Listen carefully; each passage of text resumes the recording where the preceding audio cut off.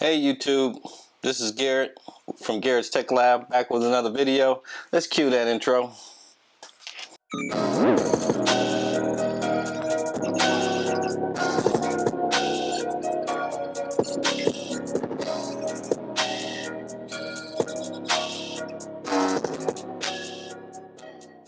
This video is to clear up some misconceptions about how the subject looks when you're shooting 10 frames per second. First, I'm going to kind of go over just a couple housekeeping things, or something I'm going to call housekeeping. One, in the comments I kind of alluded to one of the big reasons I got the Nikon Z7 II was so that I could shoot video. But instead I've been shooting video on my DJI Pocket 2. And I've noticed that the sound quality is pretty low on that device. And so what I wanted to do, starting from here on out, is shoot all my videos with my Nikon Z7 II. And that's what you're seeing here. So you should see much sharper video. You should see a little bit of bokeh back there.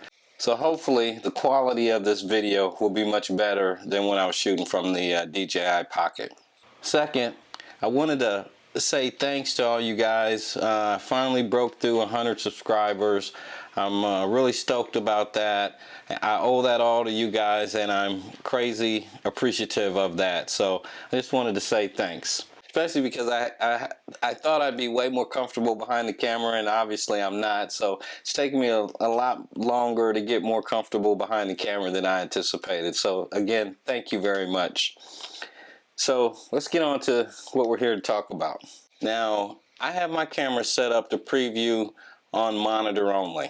What that means is when I look through the iCup, I don't get any preview shots. I just get what I'm shooting, and that's it. But if I switch to monitor, I will get previews when I switch to monitor. I don't remember if this was an option when I used the Z6, so somebody will have to tell me if that's an option on the Z6, because I just don't remember. But I'm here to tell you I really like that option, because when I do use the monitor, I do want to kind of see my previous shot and make sure everything's lined up and everything. But when I'm looking through the iCup, and it's probably because I'm coming from the D850, I really don't want to see the previews. I want to be able to just keep clicking and move on with my photography. What we want to see is when we take a picture, is it I see my subject, I see a preview, we get the blackout, I see my subject, take a picture, we see the preview, I see a blackout. That's kind of what some folks are actually thinking is happening. I don't think that's the case. I think it is, I see my subject, take a picture, blackout, I see my subject, take a picture, blackout.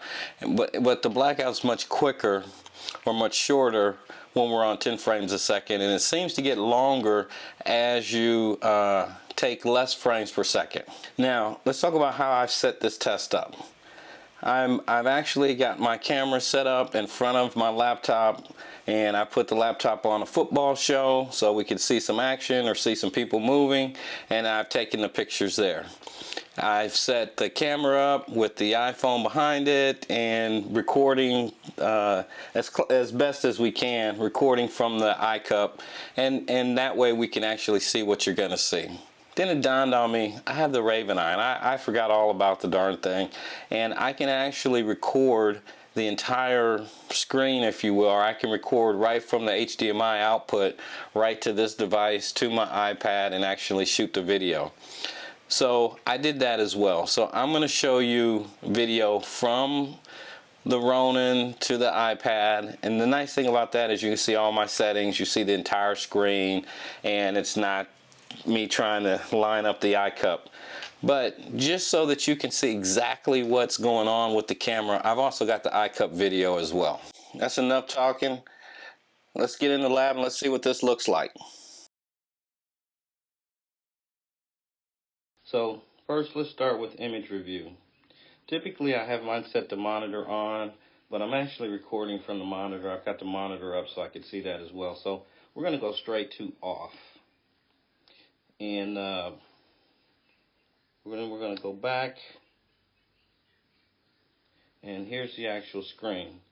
So now let's just start, let's rip off a whole set of pictures until the buffer fills. Ready? Go.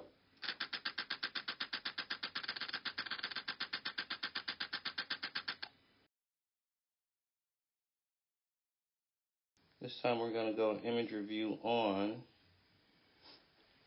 and after burst we want to show the first image in the burst. And let's go in 3, 2, 1.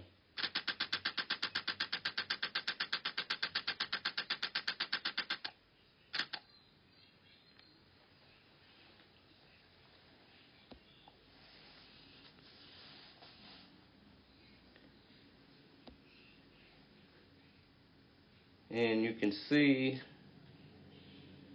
we got about 30-ish some odd pictures, and we're rolling from first to last.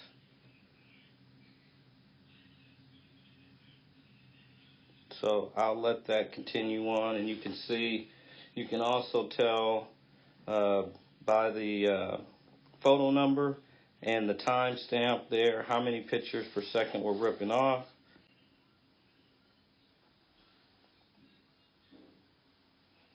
Alright, there we go. Let's just check. I want to try one other option here before we go. And this time I want to reverse this and do last image in burst and see actually what that does, because I did not notice a difference when I did this earlier. So here we go. 3, 2, 1.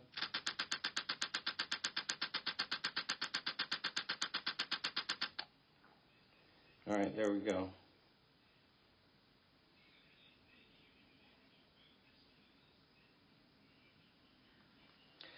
I'm not able to tell really a difference in the playback of these when I go first to last or last to first. You guys tell me if you could see a difference. I'm not seeing any difference.